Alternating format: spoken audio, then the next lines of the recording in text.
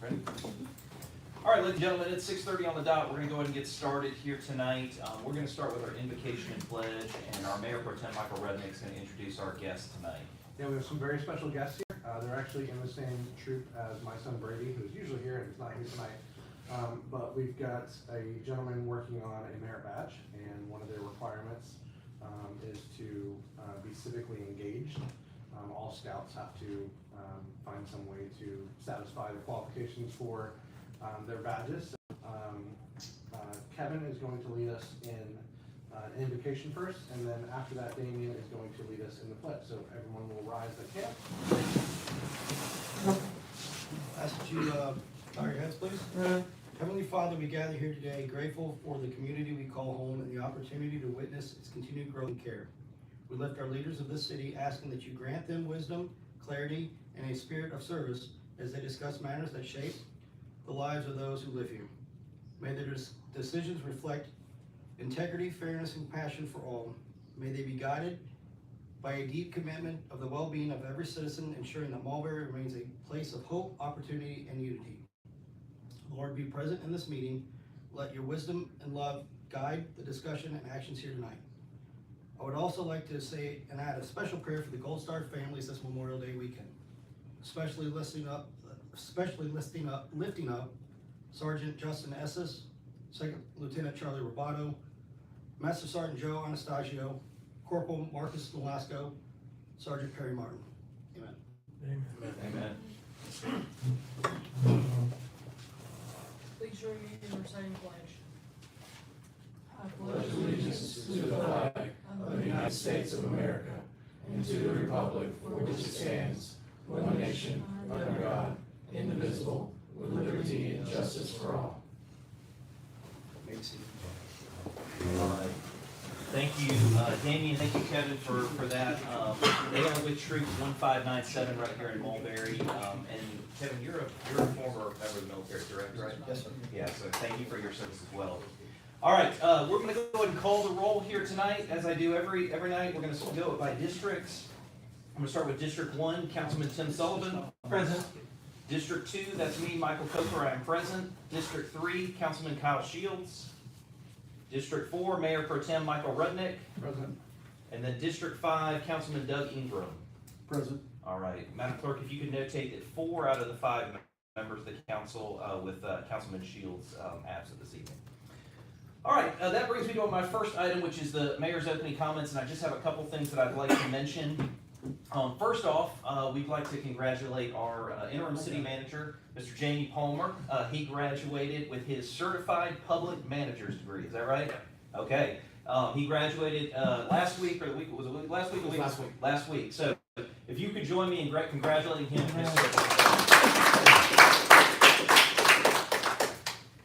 The second thing I want to talk about is last night, 3 of us up here on the council had the pleasure of attending a town hall at Seconder High School regarding a discussions they're having with the county about a future park for Seconder. And I just want to reiterate, thank you to those. I know some of you that were here were also present. Thank you for being there and showing your support for Seconder High School. Last but not least, the city of Mulberry has taken on an intern this year. Her name is Ms. Haley Brown. If you could stand for us, Haley. And Haley is a student at Georgetown University studying government. So she is extremely brilliant. She has already been a huge asset to the city. So if you could join me in welcoming Haley as well. All right, does any members of the council have an opening comment they'd like to make? Yeah, I just thought I'd add my 2 cents to your, like Mayor Coker said, we were at the Seconder meeting last night, and we keep hearing from the people, the powers that be at the county, that it's not unnormal to go 8, 10, 12 years, that's just the way it is. I talked with a former commissioner, when a county commissioner, a friend of mine, who had mentioned a push for Archer School, and they built the Archer cluster, their high school. 4 years is all it took. So the nonsense we're hearing is nonsense. And I encourage everybody to reach out to not just Councilman Holcamp, or Commissioner Holcamp, but to all of the commissioners. They make the decision. At this point really is to stand on them. Call out them for accountability. Do it pleasantly, politely, respectfully, but call them and let them know your feelings. We shouldn't have to wait that long. Thank you, Councilman Sullivan. Any other comments? I do. I have two things. Just the same thing. I was at the meeting last night, and the fact of the matter is that these kids at the school are going to have to go 10, 15 years without a park. You have kids in their kindergarten and graduate high school and never have a park to call their own, so they're not going to get to have a football field or a baseball field. And if you are in the Mill Creek Cluster, Bogan Park is our park that we call home, which is obviously quite a distance from our home as well. So I would challenge the commissioners, as I did last night, to find a solution rather than not find a solution. And the one other thing that I have is on Monday, one of our neighboring cities, Decula, is having their annual Memorial Day Parade. They are looking for volunteers. I'm going to be out there, and this is a very simple task, which just hold up a fallen soldier sign and walk about 2 miles in the parade. That's all it is. So I'm going to be out there Monday. I think it's from 9 to 11 maybe, something like that. And very simple ask. If anybody's interested, I can get you the website, the link to sign up, and you just meet at Decula High School. But the mayor of Decula reached out to me, and I said I'd be happy to help. And I'm trying to attract as many people. They're short about 90 volunteers. They hold up a sign for every fallen soldier that's ever been from Georgia, and walk that parade route. So I think this year, unfortunately, they were up over 400, and that is not a number we want to ever see increase, but unfortunately it does. And so we want to be able to honor each and every single one of those soldiers. So if you've got 2 hours in your day and 2 miles in your shoes, then I'd encourage you to come out with us. Thank you, Mayor Pro Tem. Councilman Ingram, do you have anything to add? Yeah, I'll be in the city of Kiel as well. We'll be doing some things in remembrance of our veterans. So I would just say that on this Memorial Day, and appreciate your comments as well. Thank you for that. Thank you for your service. But on this Memorial Day, I think it's important that we all recognize that we live in a great country, great state, great county, great city, and that there's a lot more that connects us than separates us. I know that we've had a lot of interesting discussion as of late with the county, but we do live in a wonderful place and we have some great freedoms available. So let's celebrate those freedoms. Let's honor the folks that gave their life for the freedoms that we have, and kind of remember them on Monday. Couldn't agree more. Thank you. Very well said. All right, interim city manager, do you have any discussions or comments to make? I just have one real quick comment. Last meeting, a couple of you all had asked staff to start looking into short-term rentals and how we would address rental subdivisions, things of that nature.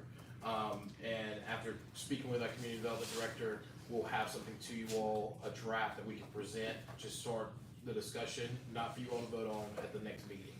So June 12th, we'll have that prepared for both short-term rental as well as build-to-rent subdivisions. So. All right, that brings us to item H on tonight's agenda, which is the consideration of the agenda for this evening, which is May 22nd, 2025. I have one amendment that I would like to make or propose. This would be, I guess, action item E, which would be a discussion and authorization to enter into a probation agreement for the city of Mulberry. So if that would be my proposed amendment or change. Is there any other proposed amendments or additions to tonight's agenda? I do have one, Mr. Mayor. It would be it's an informal staff action to explore in a preliminary way a marshal service. So I would add that and can elaborate that on that if we choose to add that to the agenda. Okay, so that would be item F, the consideration or discussion about or staff discussion about a marshal service. Any other additions or amendments? All right, let's vote on those two amendments as one. So amendment E would be the discussion of a probation agreement for the city of Mulberry, and then item F under action items part 1 would be a discussion regarding marshal service. I will make a motion to amend tonight's agenda to add those two items. Do I have a second? Second. Thank you. Any discussion? Hearing none, I'll call the vote. All in favor? All opposed? All right, by a vote of 4, the amendments pass. Then at this time, I will make a motion to adopt tonight's meeting agenda for May 22nd, 2025 as amended. Do I have a second? I get a second. Thank you, Councilman Sullivan. Any discussion? Hearing none, I'll call a vote. All in favor? All opposed? All right, it's by a vote of 4, the meeting agenda is adopted as amended. All right, the next item is item I, which is a consideration of the May 8th, 2025 meeting minutes. Has council had sufficient time to review the meeting minutes for May 8th, 2025? All right, is there any errors or omissions or amendments to those minutes? Hearing none, I'll entertain a motion at this time. Make a motion to accept the May 8th, 2025 minutes as presented. Thank you, Mayor Pro Tem. Is there any, do I have a second? I'll second. Thank you, Councilman Sullivan. Any discussion? Hearing none, I'll call the vote. All in favor? All opposed? All right, by a vote of 4, the Mulberry City Council regular meeting minutes for May the 8th, 2025 are hereby adopted.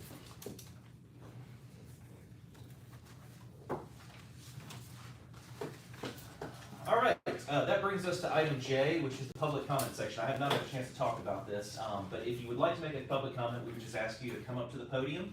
We do limit each public comment to 2 minutes, and we also, as a council, will not respond or answer questions during these comments. The only request we have is if there's a sheet up there, if you could sign your name, just so we have that for the record. So is there anyone here tonight that would like to make a public comment? Hearing none, I'll go ahead and close the public comment section. Thank you. All right, that will bring us to our action items for this evening. The first item, action item A, is a consideration of a purchasing policy. City Manager Palmer, are you going to present this? I am. Okay, thank you. So, good evening. We had discussed this a couple meetings ago. We had taken your comments about a purchasing policy. We've revised that to kind of match. I think there was one error in the original packet that we had sent, where there was just kind of a number change where we had changed it we had submitted something that said $1,000 to $9,999, and I think that there was an error where it said $5,999. We made that change. It's not what's in your packet, but we would like to ask for approval of purchasing policy with that amendment from what's been presented to you. Okay, do you know where that change needs to be made? Do you know what page it's on? I found it. You did? Yeah. I can pull it up real quick. It is okay if you can't. I mean, No, it's okay. It's on page 11 going into 12. Yep. So it said on page 11 at the bottom, purchases from $1,000 to $4,999.99, and then within that paragraph, it references $9,999.99, and that should have been $4,999.99. okay. So that's on page 11. The first 9 and 99, 99, 99 should be a 4. Yep. Okay. Okay, I'm good on. And that matches the heading of that. Of that section. Correct. And then if you look at the next section, it starts at 5,000. So Got it. there's no pennies missed there. There's no. Okay. Okay, any discussion or questions for the city manager about the purchasing policy? I do. If I may. Sure. I just want to say thank you. This is robust. I think it's great. Do you know who's going to oversee to make sure this is adhered to? Yeah, so right now working with CKH, we do have another interim finance manager right now. We are going to be looking at a long-term solution that we will kind of talk to you all about at our upcoming retreat. Okay, and they'll be the final approver of purchases? That's correct. So right now, in addition to that, right, in the purchasing policies, you'll see in your packet too, is the P-card policy that we're adding into it. We are putting in controls, preparing for the audit, all of that. Right now, since we are working with CKH, the interim finance manager is the one who's going to oversee all of that. Okay, great. Yeah, it looks great. I mean, this is, a lot more than we have. Yeah. We're excited to get some controls in place and make sure everything's balanced out. And again, the big thing for us is making sure we're prepared for that first audit. And I think we're definitely moving in the right direction in our finance department. When do we expect that first audit to be performed? We are looking at doing some kind of test stuff right now. Our consultants are actually going to kind of walk us through some steps for it. And then we'll kind of come back to you all with some suggestions of who our auditor will be. So we'll have like 4 or 5 suggestions of who we want to pick to kind of do our audit, and we'll go from there. So by the end of calendar year. So. Okay. And correct me if I'm wrong, for those that are sitting here and listening, so, the state requires us to do, every city to do an audit every so often. And so this would be basically to make sure that all of our policies and procedures, especially with finances, are up to date, money management is correct, so that's what he's referencing. Yeah, and there's some leeway time in being a new city, right, but we wanna make sure that we are actually moving fast and have everything in place, right, so we're gonna beat the mark that DCA and everybody else is giving us. Okay, perfect. Do we have any, sort of, and I know we probably don't have many right now, I mean, nothing of much value, but any sort of asset management system yet? Again, I don't think we have, for laptops or, we don't have any vehicles, but, maybe like a printer, things that we purchase that, an auditor may come in and say, I'd like to see this item, or, I'd like to see a list of this item or anything like that. Are we working towards getting some sort of governmental software to let these items live somewhere? Absolutely. Okay. So where we stand in that, just to give a little bit of detail of where we are from the finance standpoint, we are now building out our chart of accounts. Okay, so right now, everything, since we have not taken on stormwater at this current moment and don't have anything else, everything's going into the general fund, right? So the system that we're using is QuickBooks, okay? As we start to build out and we start to look at how our chart of accounts aligns with everything else, comes with ordering a system that can better manage it than QuickBooks, also having a spreadsheet and things of that nature that can balance out our assets. But right now, outside of cash, we don't have any assets. So what we have is sufficient and it's okay to use as far as from reporting standpoint. Sure. But as we continue to grow, then we'll do that. Okay. Is there a treasury management function associated with the banking relationship we have now, do you know? With the general fund? Is I there- believe so, yeah. Yeah, there's safety, Like a policies. sweep account, et cetera? Oh, yeah. So I know for a fact there is. yeah, and there's a balance between that and what we work with our bank on, to make sure that, everything's kind of aligned. Just curious, thank you. So, yeah. I got one quick question. Go ahead. Sourcewell, so Sourcewell last, I think that was the name of the gentleman, Johnny Cash. That's a typo. That's his name. I don't think I got that last time. Anyway, so, last time he presented, is that represented in here in terms of, I guess, that's a, Yes. It is. okay. And so that just becomes another vehicle from which we can utilize, right? Not It's a the only vehicle. vehicle? It's not the only vehicle. Gotcha. Again, it also, you'll see in that package starts talking about how we do the bidding process, right? Sourcewell is another item that we can use that just gives us options that we can do when we get ready to start doing any kind of construction, purchasing, or anything of that nature. Gotcha. There's something that states, items that are exempt from, the bid process, and it would be items that are purchased off a cooperative, a state contract. I think you referenced one more contract in there, I can't remember what it was. But those would be the items that would be exempt from, kind of a bid process. And that doesn't mean to say that, if Sourcewell, maybe, it's just an option, Yeah. right? That doesn't mean that we won't have those options or go through the process of doing a bid for those or getting 3 quotes if the amount's less, right? This just gives us a policy that where we have options financially to get, things that we need to do done. So just to make sure I'm clear, so we have the breakdown on the mechanics of the purchasing that we're doing in terms of the value of that purchasing decision. And then we have techniques that fall within each value range, That's of correct. which Sourcewell is one. That's correct. Yes, sir. Okay. Makes sense. Thank you. So obviously, any other questions first? So sorry. So obviously, we have 2 items here. We have the purchasing policy, and then we have the purchasing card policy.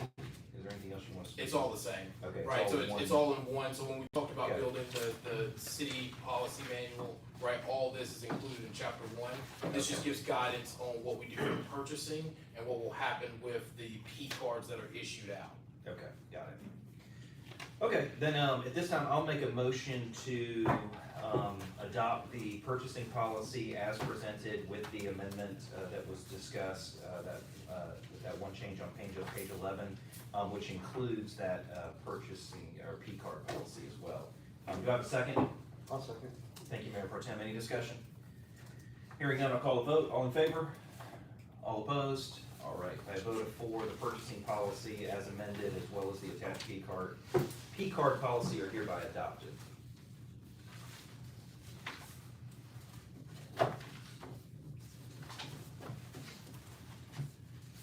All right, that brings us to action item B, which is a consideration of the low engineering contract. City Manager, I'll let you take this one as well. So, as you all know, one of our services is stormwater. During the bidding process to start out as the city, Low Engineering had, won that contract. We are now looking at what that looks like to get them started and then, what start date would be for us to take over those services. So backing in from the date of somewhere around October, we were looking at what needs to be done. One is getting a contract in place. The second thing is, trying to establish what the bidding process would be for it, and then having them come in. We would start them out as kind of a part-time situation starting in August so that they can go ahead and get the work done from a paperwork standpoint. And then that way they're ready to roll by the time we're ready to kind of start the process with them and officially take over stormwater.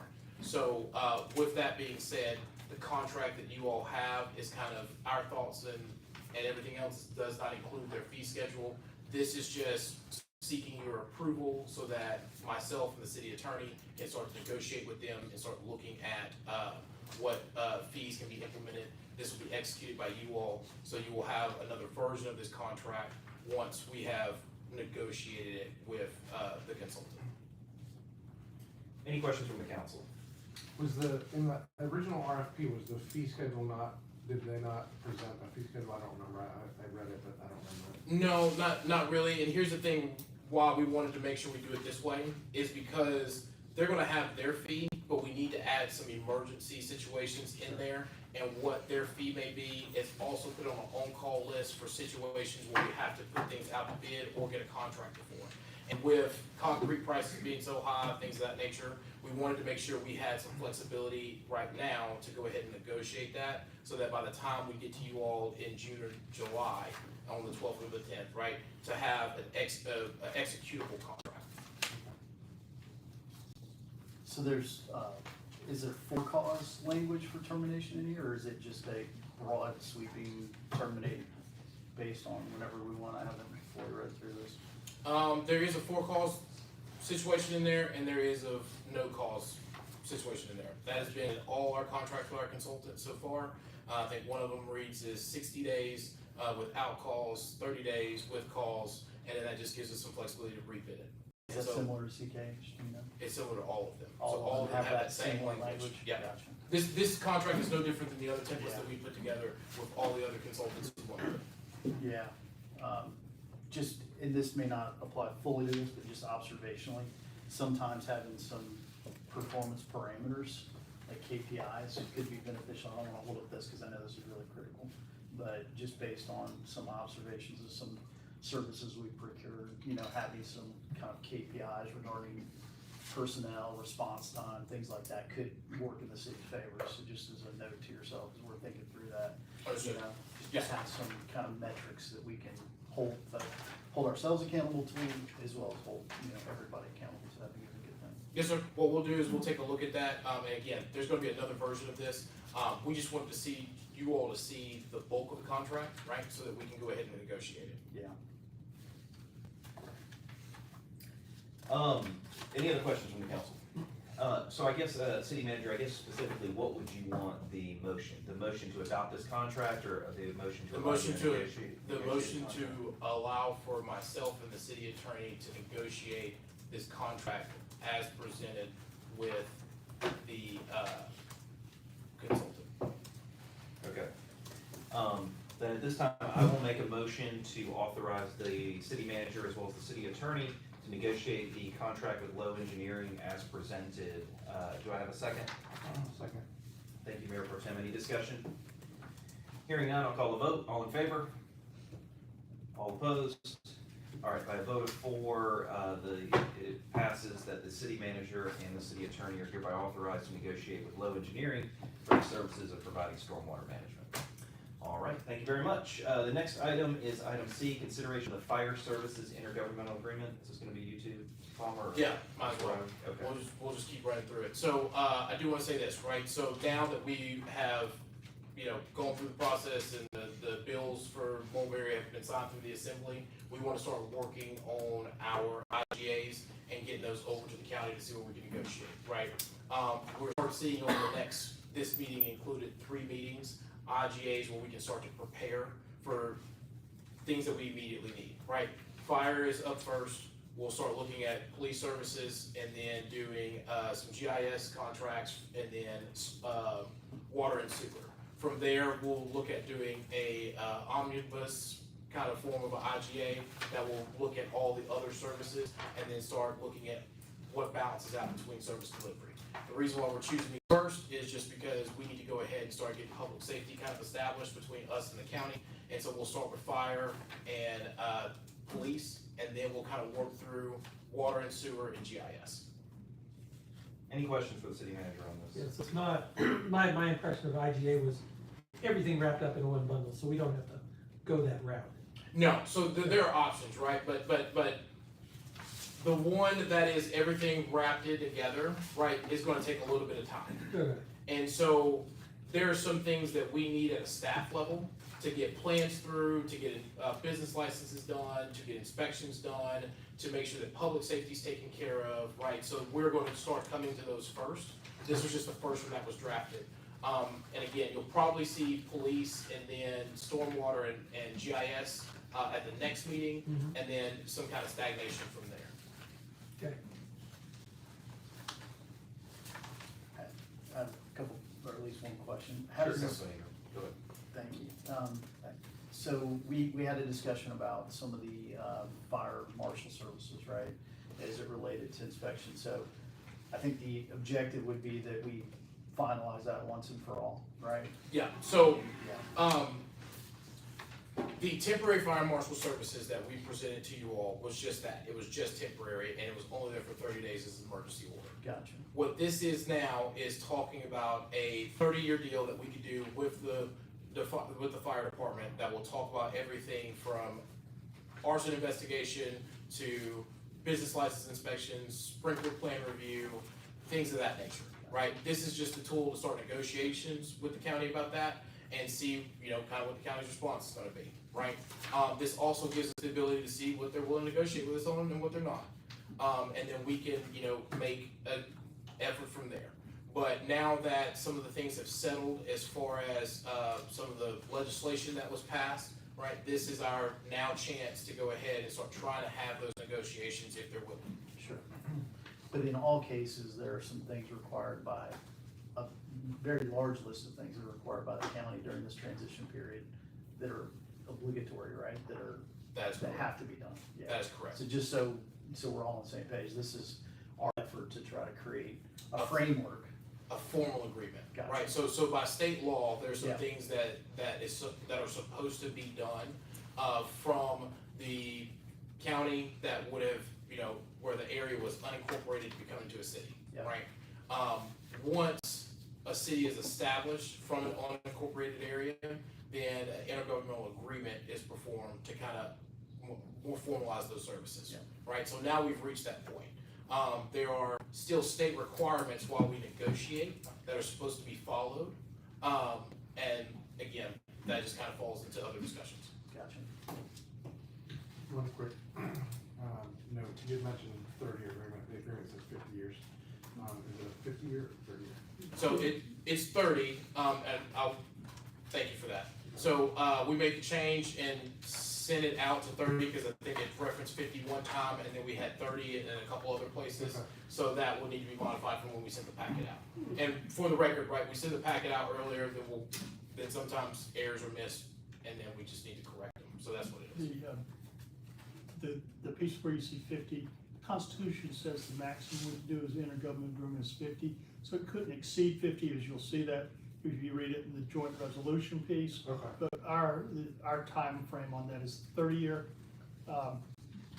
You'll need to have both the joint resolution and the intergovernmental agreement, and we will, if it does have 50 in the other part, we'll. So I think the 50 may actually be correct, because it says, this is referencing Article 9, Section 3, Paragraph 1 of the Georgia Constitution. Yes, that's where Not to that, exceed 50 years. Yeah. That may actually be accurate. It's for, and here's the thing, right? So it's for staff, it's all hands on deck thing, putting everything together. Sure.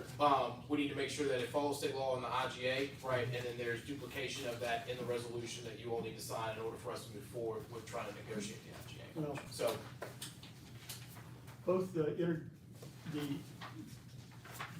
intergovernmental agreement and the joint resolution are replicate of the Peachtree Corners, which is replicant of all the other cities. Okay. So if the commission chair said that they were all the same, this is the same as all the other cities. Okay. So if you pass this, first of all, the joint resolution, because it's a two-stage process, you pass that. Resolution says it can't exceed 50 years. The intergovernmental agreement, I believe, says 30 in it. That's correct. So we state that in the joint resolution, it couldn't be more than 50, but we say in the intergovernmental agreement, we're gonna do 30, because that's consistent with what the county has done with everybody else. 30-year agreements in fire are done that way because you have this long-term investment for capital equipment. You know, you could do 2 years on police or 3 years on police because their capitalization on their cars just goes over and over. But that's why it's what it is. But this you could literally lay this agreement on top of other agreements that the county has with other cities.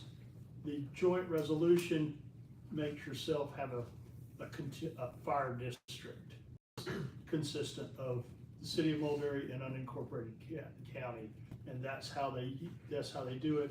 And so they can collect their dollars under the fire district funds, and they can continue to do that. Now, we're under their special service districts already under the transition documents, but this would take us past the transition documents all the way to a 30-year period. Okay. And so this evening, just to be clear, so you would need us to adopt this resolution, and then we wouldn't. I would suggest you adopt the resolution and the intergovernmental agreement, Okay. and we send it to them in toto to the county. This is exactly what the commission chair said that they had offered us, and it is replicated from other jurisdictions, and I would say that we should send it back. Okay. Any other questions from the council about this? Well, I think this is not what they sent us. It is not what they sent us, but it is what she said that our intergovernmental agreement, she said she sent to us was the same as everybody else's. I have one that's the same as everyone else's that we've prepared. Okay. And we are gonna, I would ask you to adopt it in that fashion and send it back. And that's why I want to make sure that statement was clear, was that the intergovernmental agreement they had originally sent us is not this. But what, like Bill was saying, this is almost a mirror image of the one that was done at Peachtree Corners and all the other cities. Okay. And the one they sent us, just to be clear, was probably had some languages or some articulation was not beneficial or fairly variant or more costly to us or something. They like had, that. the language that they had in theirs said that, this in no way changed any of their claims about the charter. And, we've done the replication, just as the county commission chair said that ours would be the same as everybody else's. We said I've prepared it for you to send it back the way she said. So we're on par with every other municipality, asking for no more, no less, just for the same. We're laying them right on top of each other, and you just see different names. Gotcha. And I'd like to say too, I mean, obviously, I said a little bit of this in my statement in response to some of the more recent lawsuits, but obviously, we're here, we want to work with the county. I see a couple county employees here today, which I always appreciate. I mean, we want to keep building this relationship. We want to have a great relationship with the county. We want to work with them. And so I hope that we can put some of our differences aside and move forward. I think the way to move forward is not through litigation, it's through sitting down in a room together and working together. So I thank y'all for presenting this, and I think this is a good first step to kind of moving forward. So any other questions or comments from the council? I would echo that 1,000-fold. I agree with you. I think it's time for us just to get to the business of the city. So thank you guys for doing that. Thank you. Okay, then at this time, I will make a motion to adopt what has been marked as Resolution 250539, which is a joint resolution providing the Special Service District for Fire and Emergency Medical Services, as well as to adopt the intergovernmental agreement to provide fire and emergency medical services between Gwinnett County and the city of Mulberry. Do I have a second? I'll second that. Thank you, Councilman Sullivan. Any other discussion? Hearing none, at this time I'll call a vote. All in favor? Yeah, absolutely. All opposed?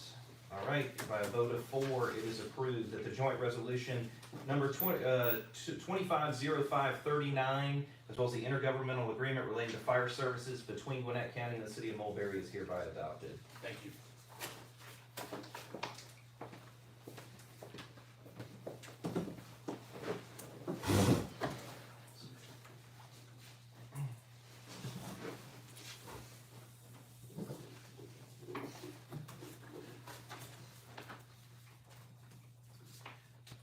All right, that brings us to action item D on our list, which is a discussion of the 2025 GMA annual business meeting. I'll present this since this came to my office. I received a correspondence from the Georgia Municipal Association pertaining to their risk management and employee benefit services.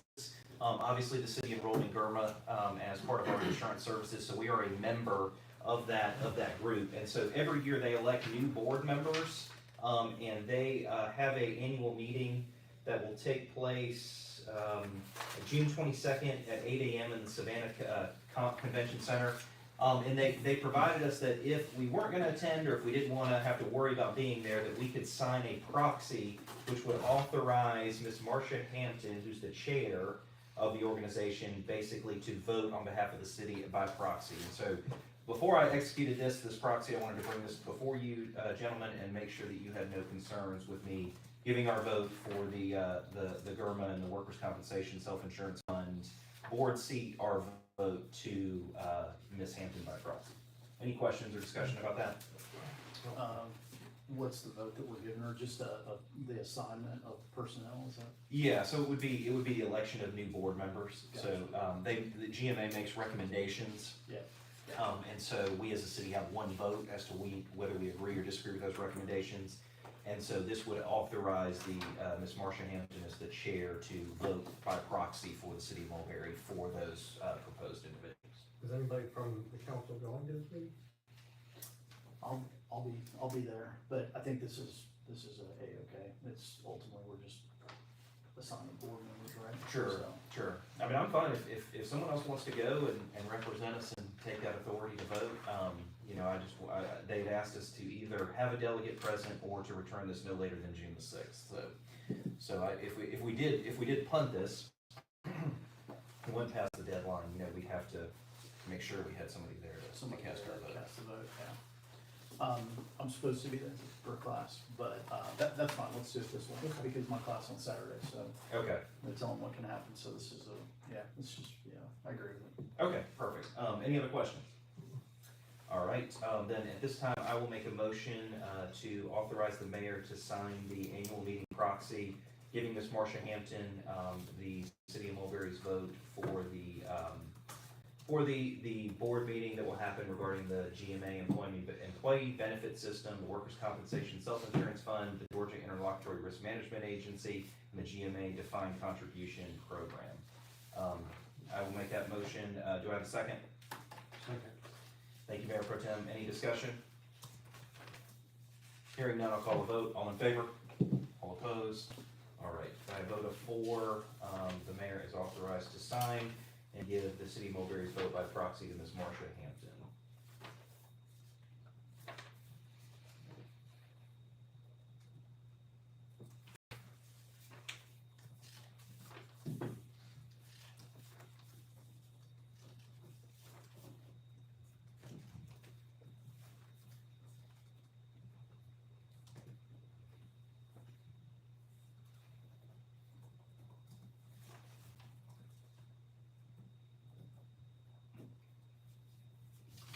All right, thank you, gentlemen. That brings us to the 2 items that were amendments. The first one is the authorization for mayor, the city attorney, and city judge to enter into an agreement for probation. Yeah. City attorney, Riley, you're gonna talk about this one? Just very briefly, we had our first court session this week, and we have somebody on probation. We don't have a private probation service to monitor that yet. It was actually a very successful probation though, because the folks with the big flooding from the offsite came in and pled no contest and have agreed to remediate the site. Great. And they're to have it all have the site, we took it from community development, and what they need to do to remediate the site, and they will have that done within 30 days, and they understand if that's not sufficient to stop the flow of sediment, that they will have to do more, but it was very successful, but we don't have anybody to monitor it. And generally speaking, in a municipal level, that you have a private probation office, because cities can't really afford to pay a full-time probation officer to do anything. This has been developed by the state of Georgia, and they are highly regulated, and there are a number of different ones, but they're all regulated by the state. They have strict regulations because they do probation. And there are several up here, but our chief judge has Flowery Branch and Brazelton, and he likes professional probation services. I've worked with them in many cities, and they're very good. And so it's a no-cost contract to yourselves, because it's all self-pay. And so they would pay, probationers pay like $40 a month probation fee. They can only be forced to pay for the first 4 months if they're just collecting for fine money, but they can get paid for the entire period if they're doing other things like supervising or mediation. So it's a no-cost contract to us. The chief judge has selected them. It would have to be signed off by the mayor and the chief judge. This is a very standard contract. Every single city signs the same contract in all the departments in the state.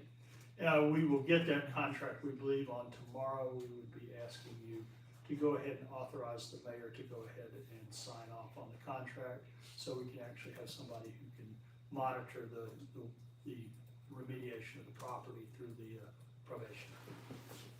Any questions for Mr. Riley? This was the property in Thompson Mill, I take it? Yes, sir.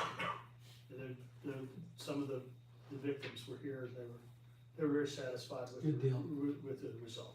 They reached out to me early on that, so yeah, glad to hear it was resolved. I just want to say, I mean, and I want to commend you on your work, obviously. I mean, to me, that's local government at its finest, right? I mean, that is, it just makes me smile, it makes me happy, because it's a case in point, right? Where the neighbors were concerned, there was all this runoff, and the city took care of it, so. Yeah, I mean, within 3 weeks, and we had them committed to get it done within 30 days. Yeah, so, I mean, to the staff, y'all have done a phenomenal job, so thank you for that.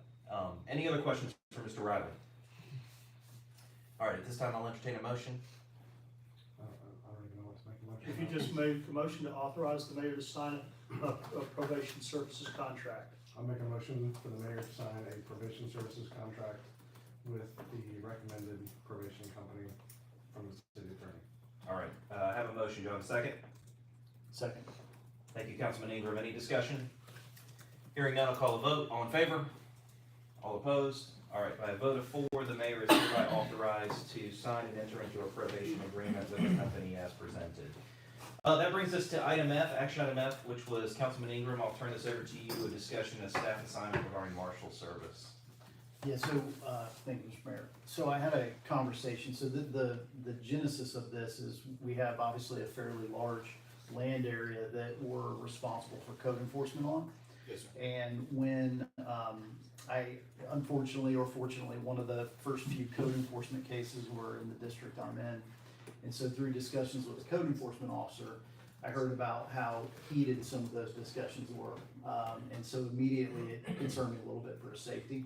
And so certainly this is preliminary, and that's why I'd asked that we have kind of just an informal exploration of what that looks like for us as a city, with the idea being that, you know, marshals. So a little bit additional backstory, just to be succinct. I had a discussion with there's 2 marshals in the city of Tequila, and they are responsible for code enforcement. They do a number of functions there, but they are also, I think, Marshall Ross is former Gwinnett PD, right? And maybe Amy too, I'm not sure.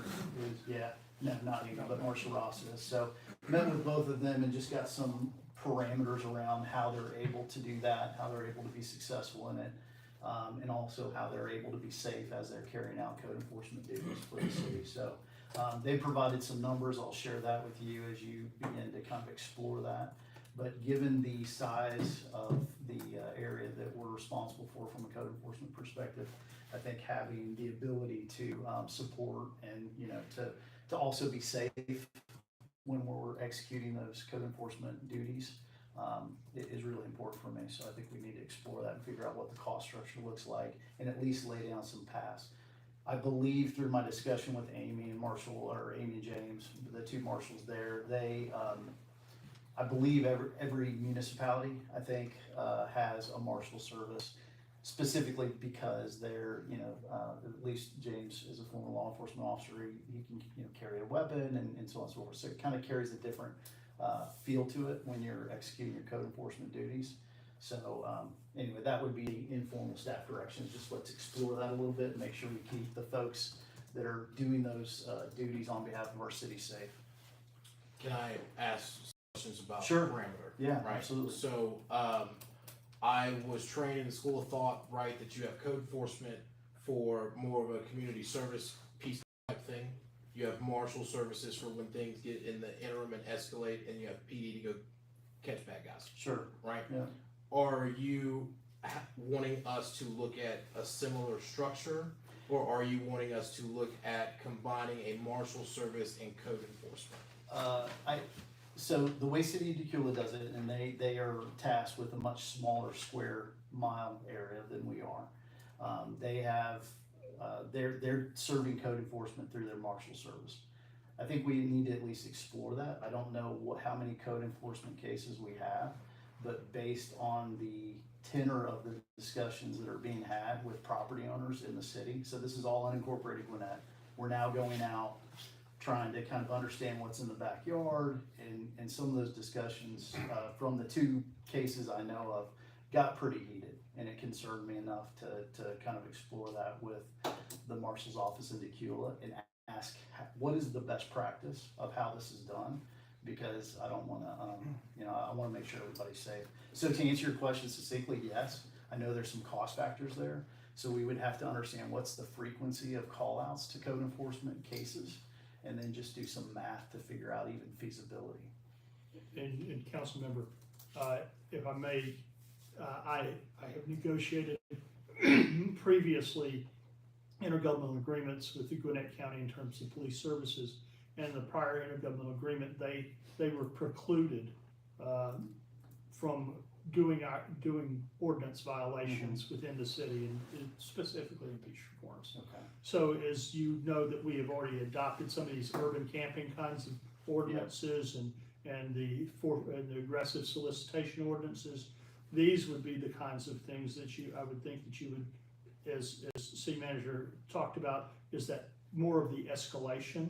That's right. And those kinds of code things.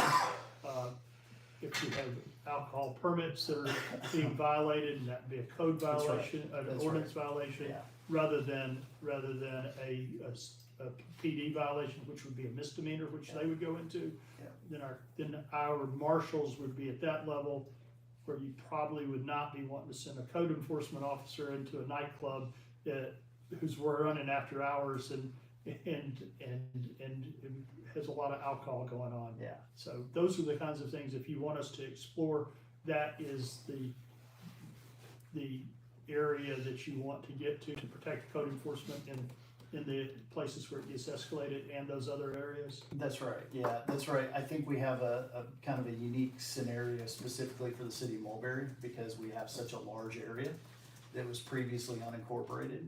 So now we have a scenario where many folks are even unaware, right, of the code. And so now we have an educational task. We have private property. Sometimes it's fairly expansive. So in the case that I'm talking about, they had a scenario where the code enforcement officer had a scenario where it was next to a school.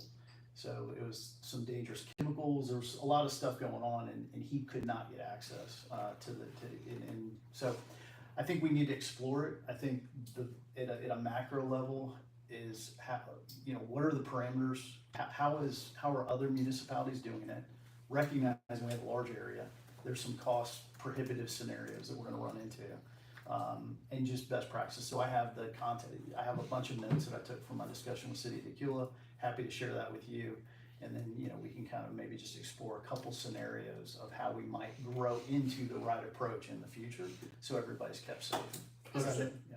So You want us to look Tequila, Sugar Hill, Peachtree Corners. I think so, yeah. Those probably have 3 different magnitudes of work. Yeah, And that's, see what they're doing in each one. that's right. Yeah, that would be good. That would be really good because, Mr. Riley, because one of the things that, Sugar Hill has is they have a common area down there, with the bowl, so they have some, I think they have some alcohol kind of items they can carry and move alcohol in between. So they've actually got a marshal service, very heavily staffed marshal service, just to kind of provide some capability, make sure everybody's, behaving and having a great time. Down in Sugar Hill, I think they have 8 maybe officers down there, or 8 marshals, I should say. So there's a hodgepodge kind of across these different municipalities. I think it'd be wonderful to say, what's the cost structure in one, municipality versus another, and what's the scope of coverage, and then kind of disseminate that back to what it could mean for us and how we could approach it. We'll explore it and get you something. My school of thought has always been, when you're trying to educate citizens, especially in a new area, the light approach with code enforcement is good, because it's a people to people type of thing. 100%. Right? And I just, and I think hopefully most of it is they're gonna be that, right? Hopefully everybody's like, hey, no problem, I didn't even know I was in violation of something. So hopefully most of it's I just have concerns about post-certified individuals who've gone through all of that training pulling signs. That's just kind of my thing, right? Okay. Because a lot of code enforcement is pulling signs. So I don't want someone to feel that is an extra step, but we will look at all the options and kind of present it to you. And just one other thing, in Lawrenceville, I can't speak for them, but I believe our code enforcement officers wear body cams. And just the sight of that, I think, calms people down sometimes. Yeah.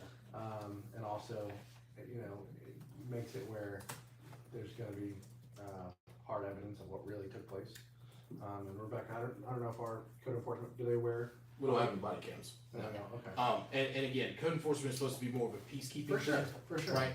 We start out by issuing warnings, and then we move into, the violations and everything else. We have had some where we've had to escalate it to major and just let them know of the situation, and there may be room for intermediate with the marshal's office, right? But again, they go through a lot of training, and a lot of your marshal's offices are either retired police officers, or they're post-certified, and so just want to make sure that we keep a balance. Sure. So he will definitely explore it and take a look at it, and then bring something back to you. Yeah, mandate's just safety. That's really the genesis of where the request is coming from. How do we do that safely? Absolutely, yes, sir. All right, any other discussion regarding the marshal service? All right, hearing none, that will be the last action item for this evening. We do have executive session, correct, for the purpose of discussing litigation and, Yes, okay. just litigation. Okay. Ladies and gentlemen, And so personnel. that, I'm And sorry. personnel, litigation and personnel. Personnel, thank you. So ladies and gentlemen, that ends tonight's action items for this evening. So for those of you that have never been to a meeting, we're about to step into what's called executive session. State law allows us to step in for a private discussion about a limited number of things. Tonight, we've been proposed to go into executive session for the purposes of discussing litigation and personnel. If you want to leave, this is a good time. We're gonna get up, everybody's gonna kind of disperse a little bit. You are more than welcome to stay. We will come back. Generally, we just take a vote to close executive session. If there's any action items from that executive session, we'll vote on those, and then we'll have a motion to adjourn. So this is a good time to leave. So if you are leaving right now, obviously, thank you for coming this evening. We appreciate, obviously, seeing so many faces. But like I said, if you want to stick around, we will be back shortly. All right? At this time, I will make a motion to go into executive session for the purposes of discussing litigation and personnel. Do I have a second? You got a second? Thank you, Councilman Sullivan. Any discussion? Hearing none, I'll call a vote. All in favor? All opposed? All right, by a vote of 4, we will go into executive session. Thank you. Everyone have a safe night. And Mayor, I don't anticipate any votes afterwards. Okay. On any of these applications. Thank you, ma'am. See you next year.